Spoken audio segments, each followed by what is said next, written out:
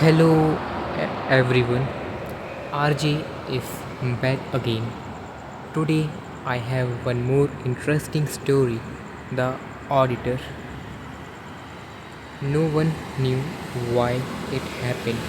Every human met the auditor exactly once, not after death, not in dreams, exactly once. No one knew when.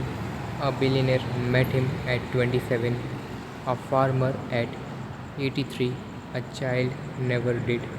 The auditor asked only one question. No one was allowed to prepare. A famous scientist entered the room. The auditor asked, "Why did you become a scientist?" "To understand the universe." The auditor nodded. "Proceed." He left smiling. A mother entered. "Why did you raise your children?" "So they would become kinder than me." "Proceed." She left smiling. Then a young software engineer entered. Why wasn't he wasn't poor? He wasn't unsuccessful. He had dreams. He talked about startup, AI, architecture, book he wanted to write, language he wanted to learn, businesses he wanted to build. The auditor looked at him. "Why didn't you?" The engineer smiled nervously. "I was busy." The auditor wrote something. "No, I was tired." The auditor wrote again. "No, I didn't have enough time." Again. "No." The engineer became angry. "You don't understand modern life." The auditor finally looked up. "I understand time." "You don't." The room disappeared. The engineer now stood inside a warehouse. Shelf stretched farther than he could see. Every shelf held boxes, millions of them. Every box had a label. He picked one. Tuesday, 12 September 2028. Inside was 1 hour, the hour he had planned to study system design.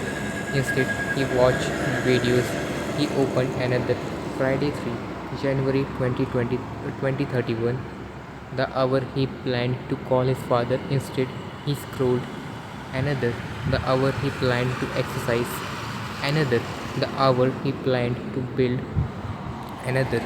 The hour he planned to read.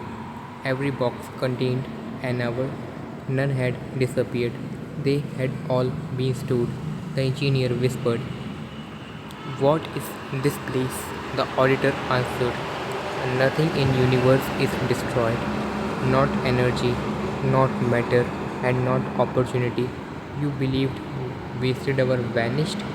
They didn't. They accumulated." The engineer looked across the warehouse.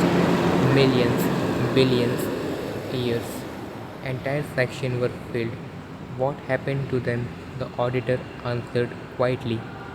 "They become the life you never lived." The engineer ran shelf after shelf. There were a box labeled "The Company." You never found it. Empty. Another. "The algorithm only you would have discovered." Empty. Another. "The confidence earned through 10,000 difficult mornings." Empty. Another. "The conversation you never had with your mother before she died." Empty. The every important box was empty. Every shelf of distraction overflowed. The engineer collapsed. "So this is punishment?" The auditor looked almost offended. "No, this is accounting. There is no punishment. There are only consequences faithfully recorded." The engineer screamed. "Can I buy those hours back?" The auditor asked. "With what?" "I will pay anything." "You already did. You paid with them." Silence. The engineer finally understood. He had never exchanged work for comfort. He had exchanged pieces of his life for moments that no longer even existed. The auditor closed the ledger. The tragedy isn't that people waste time. The tragedy is that they imagine time disappears. It doesn't.